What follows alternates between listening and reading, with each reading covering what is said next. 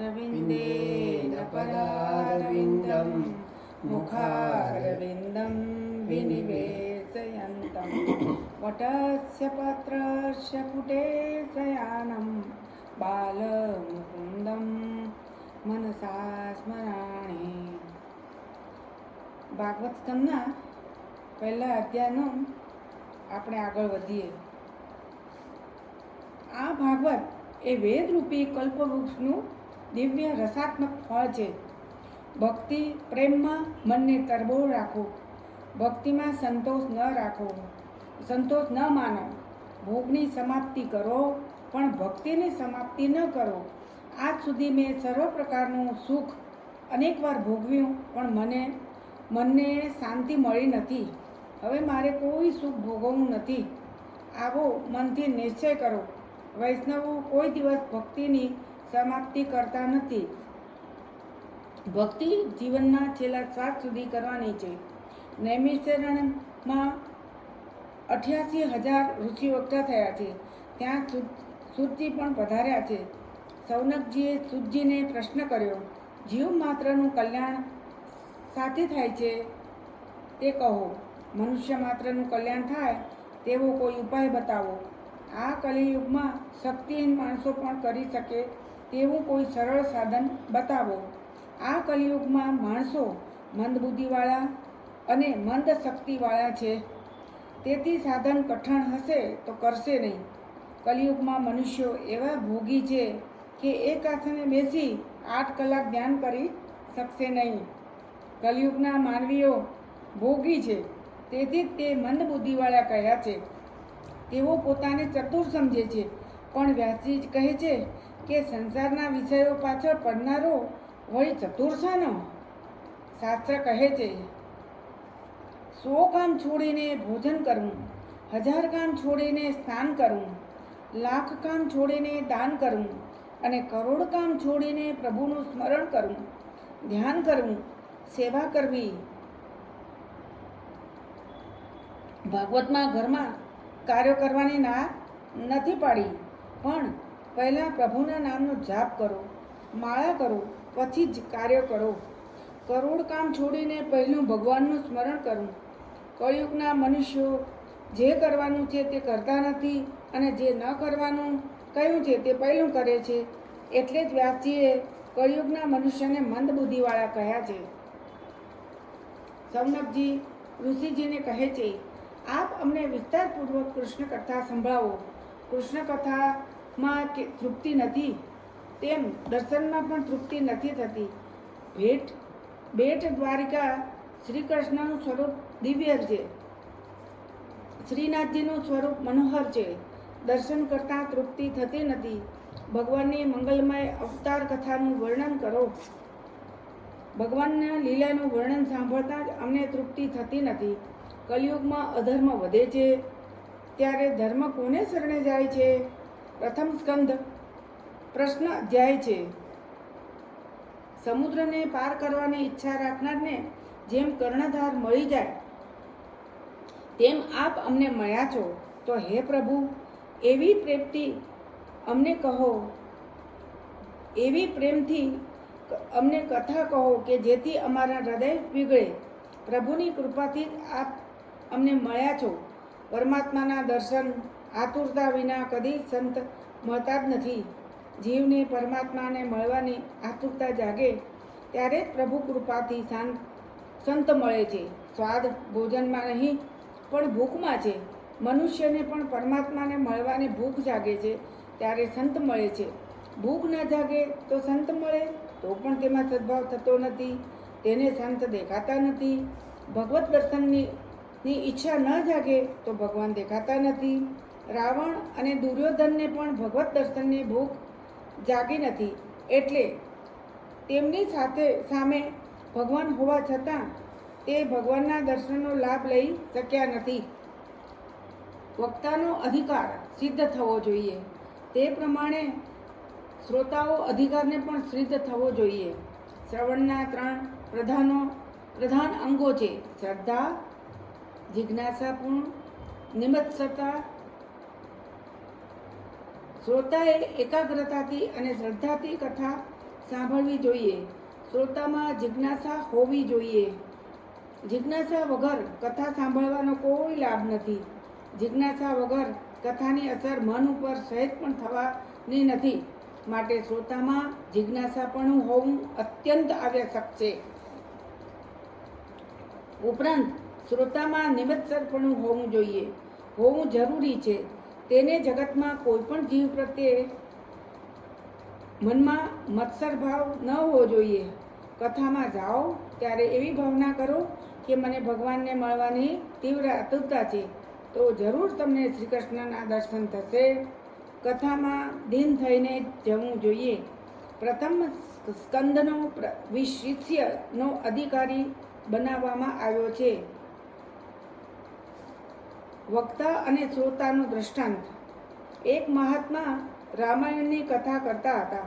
કથા પૂરી થઈ ત્યારે એક જણે મહાત્મા પાસે આવીને પૂછ્યું, હે બાપજી, આપે કથા કરી, તેમાં એક પ્રશ્ન મને સતત મૂંઝવે છે કે આ કથામાં રાવણ રાક્ષસ હતો કે રામ રાક્ષસ હતા? મહાત્માએ કહ્યું, ના રાવણ રાક્ષસ હતો કે ના રામ રાક્ષસ હતા? રાક્ષસ તો હું જ છું. તને સમજાવી શક્યો નહીં. પરમાત્માની કથા વારંવાર સાંભળો તો જ પ્રભુ પ્રત્યે પ્રેમ જાગશે. સૌનક મુનિ કહે છે, ભાગવત કથામાં અમને અપાર શ્રદ્ધા છે. તમારા પ્રત્યે અમે ખૂબ જ આદર છે. અનેક જન્મોના પુણ્યનો ઉદય થાય છે ત્યારે જ અધિકારીને વક્તા મુખેથી કથા સાંભળવા મળે છે. શ્રોતામાં વિનય હોવો જોઈએ, તેમ વક્તામાં પણ વિનય હોવો જોઈએ. સૂતજી વિનય દાખવે છે. સૂતજીએ શ્રોતાને ધન્યવાદ આપ્યા છે. સૂતજી કહે છે, કથા સાંભળીને તમારે જે કરવું હોય તે તમે કરો, પણ તમે શાંતિથી શ્રવણ તો કરો જરૂરી છે. શ્રવણ પહેલી ભક્તિ છે. રૂક્ષ્મણીજી એ પોતાના પત્રમાં શ્રી કૃષ્ણને લખ્યું છે કે તમારી કથા સાંભળ્યા પછી તમને પરણવાની ઈચ્છા થઈ છે, તેથી શ્રુત્વા શબ્દ વાપર્યો છે. ભગવાનના ગુણો સાંભળીને ભગવાન પ્રત્યે પ્રેમ ઉત્પન્ન થાય છે. સૂતજી કહે છે કે તમે સૌ જ્ઞાની છો, પ્રભુ પ્રેમમાં પાગલ છો, પરંતુ મારું કલ્યાણ કરવા તમે પ્રશ્ન કર્યો છે. કથા કરી હું મારી વાણીને પવિત્ર કરીશ. પ્રારંભમાં સૂતજી સુખદેવજીને વંદન કરે છે. પછી ભગવાન નારાયણ ભારતના મુખ્ય દેવ છે. નારાયણ નમસ્કૃત્યાય શ્રી કૃષ્ણ ગોલોકમાં પધાર્યા છે. સર્વ અવતારોની પૂર્ણાહુતિ થઈ છે, પરંતુ આ નારાયણ સમાપ્તિ થઈ નથી અને થવાની પણ નથી. તે પ્રજાનું કલ્યાણ કરવા માટે આજે પણ તપશ્ચર્યા કરે છે. અસ્તુ. શંકરાચાર્યજી અને નરનારાયણનું દ્રષ્ટાંત. શ્રી શંકરાચાર્યજીએ નરનારાયણના દર્શન કર્યા પછી ભગવાનને વિનંતી કરી, હે ભગવાન, હું તો મહાન યોગી છું, તેથી આપના દર્શન કરી શક્યો, પણ કલિયુગના ભોગી માણસો આપના દર્શન કરી શકે તેવી કૃપા કરો. ભગવાને પ્રસન્ન થઈ કહ્યું, બદ્રીનારાયણના નારદકુંડમાં સ્નાન કરો અને ત્યાંથી મારી જે મૂર્તિ મળે તેનું સ્થાપન કરો. બદ્રીનારાયણ ભગવાનની સ્થાપના શંકરાચાર્યજીએ કરી છે. મનથી બદ્રીનારાયણ પ્રણામ કરો. જે જાય બદ્રી તેની કાયા સુધરી. બદ્રીનારાયણનું સ્વરૂપ ખૂબ જ દિવ્ય છે, જેનું સ્થાપન શંકરાચાર્યએ કરેલું છે. જમણા સાથળમાં ડાબો પગ અને ડાબા સાથળમાં જમણો પગ છે. તેઓ પદ્માસનથી બિરાજમાન છે. બદ્રીનારાયણ તો રાજાધિરાજ છે, પણ સેવા તપસ્વી એવી છે. લોકો બદ્રીનારાયણના દર્શને જાય ત્યારે નારદકુંડમાં ગરમ જળમાં સ્નાન કરે છે, પણ ઠાકોરજી માટે અતિ ઠંડુ જળ લાવે છે. ઠંડા જળથી ઠાકોરજીનો અભિષેક થાય છે. સખત ઠંડીમાં પણ ઠાકોરજીની ચંદનની પૂજા કરવામાં આવે છે. બદ્રીનારાયણમાં નારાયણ સેવા પછી લક્ષ્મીજીની સેવા થાય છે.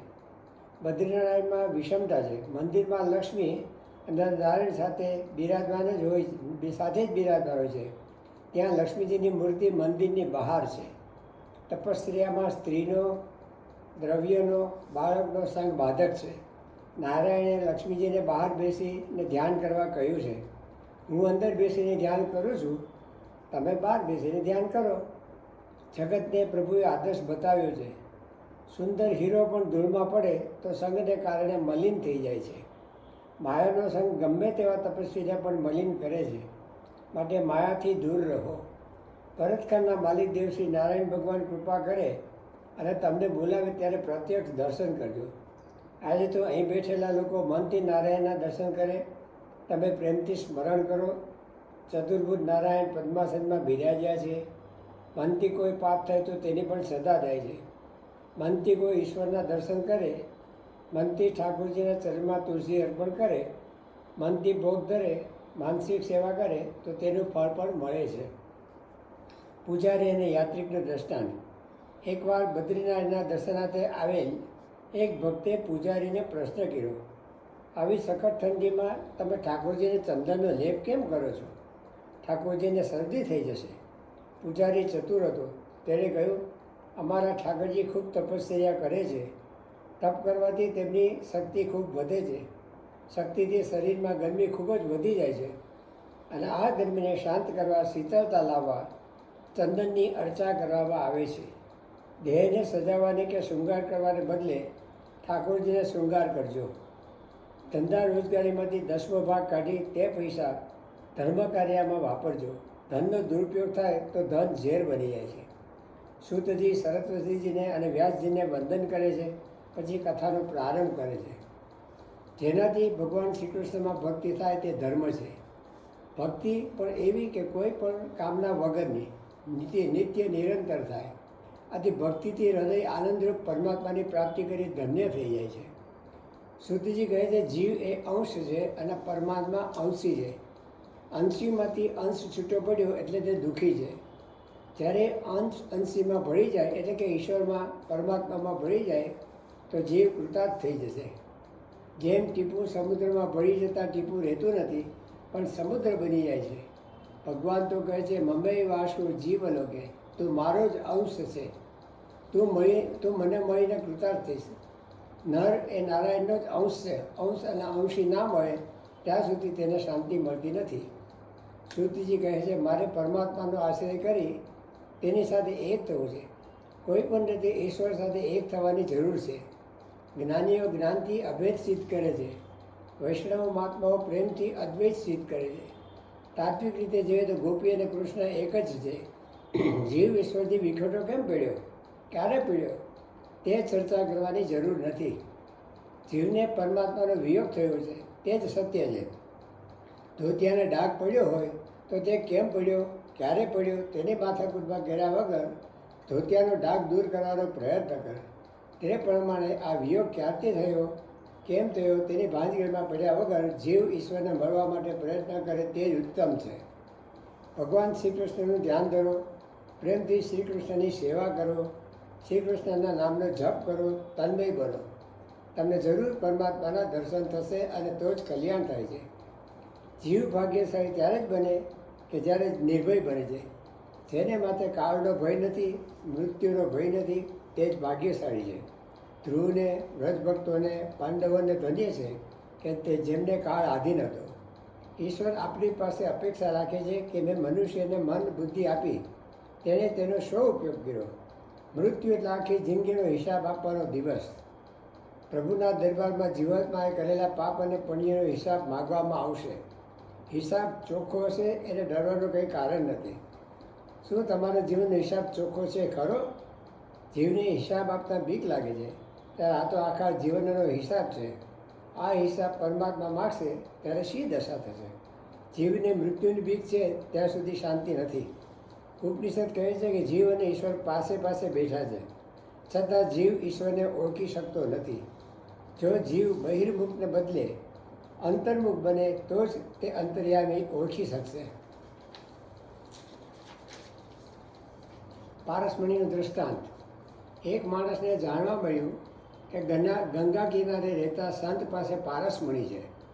તે માણસ પારસમણી મેળવવા માટે તો સંતની પાસે ગયો અને તેની ખૂબ જ સેવા ચાકરી કરવા લાગ્યો. તેને થયું કે જરૂર સંત મારી સેવા ચાકરીથી ખુશ થઈ મને તે પારસમણી આપશે. તે પારસમણી મળતા જ મારો બેડો પાર થઈ જશે. માણસ સંતોની સેવા પણ સ્વાર્થ માટે જ કરે છે, પ્રેમ માટે કરતા નથી. સંતને થયું કે આ માણસ મારી સેવા પારસમણી માટે કરે છે, લાવ એને હું પારસમણી આપી દઉં, જેથી તે પણ મુક્ત થાય અને હું પણ મુક્ત થાઉં. આમ વિચારી સંતે તે માણસને કહ્યું, હું તારી સેવા સગડીથી ખૂબ જ ખુશ થયો છું. હું ગંગા સ્નાન કરીને આવું પછી તને મારી પાસે રહેલો પારસમણી આપીશ. પેલો માણસ તો પારસમણીનું નામ સાંભળીને ખૂબ જ ખુશ થઈ ગયો. સંત ગંગા સ્નાન કરવા માટે ગયા. પેલા માણસની ધીરજ ન રહી. તે પારસમણી શોધવા આખી ઝૂંપડી ફેંદી ગયો, પણ પારસમણી હાથ ન લાગ્યો. એટલામાં સંત આવી ગયા. તેમણે કહ્યું, અરે ભલા માણસ, તું આટલી ધીરજ પણ રાખી શક્યો નહીં? પારસમણી મેં એક દાબડીમાં મૂકી રાખ્યો છે. આમ કહી સંતે ખૂણામાંથી એક લોખંડની દાબડી ઉતારી. પેલા માણસને શંકા થઈ કે શું આ પારસમણી સાચો હશે કે સંત મારી મશ્કરી કરે છે? તેણે પોતાના મનનું સમાધાન કરવા સંતને પૂછ્યું, આ લોખંડની દાબડીમાં પારસમણી હોવા છતાં તે લોખંડની દાબડી સોનાની કેમ ન થઈ? સંતે તેને સમજાવ્યું, આ પારસમણી એક ચિથરામાં બાંધેલો છે. કપડાના આવરણને લીધે પારસમણી અને લોખંડનો સ્પર્શ થઈ શકતો નથી, એટલે દાબડી સોનાની ક્યાંથી થાય? લોખંડ અને પારસમણી વચ્ચે ચિથરાનું આવરણ છે, તે લોખંડને સુવર્ણ થવા દેતું નથી. તે રીતે જીવ અને ઈશ્વર બંને હૃદયમાં જ છે, પણ વાસનાના આવરણને લીધે તેમનું મિલન થતું નથી. જીવ ઈશ્વરને ઓળખી શકતો નથી, તેમની મુલાકાત થતી નથી. જીવાત્મા એ દાબડી છે, જ્યારે પરમાત્મા એ પારસમણી છે. વચમાં અહંતા મમતારૂપી વાસનાનું આવરણ છે, તે દૂર કરવાનું છે. વચમાંથી ચિથરું દૂર કરવાનું છે. અસ્તુ.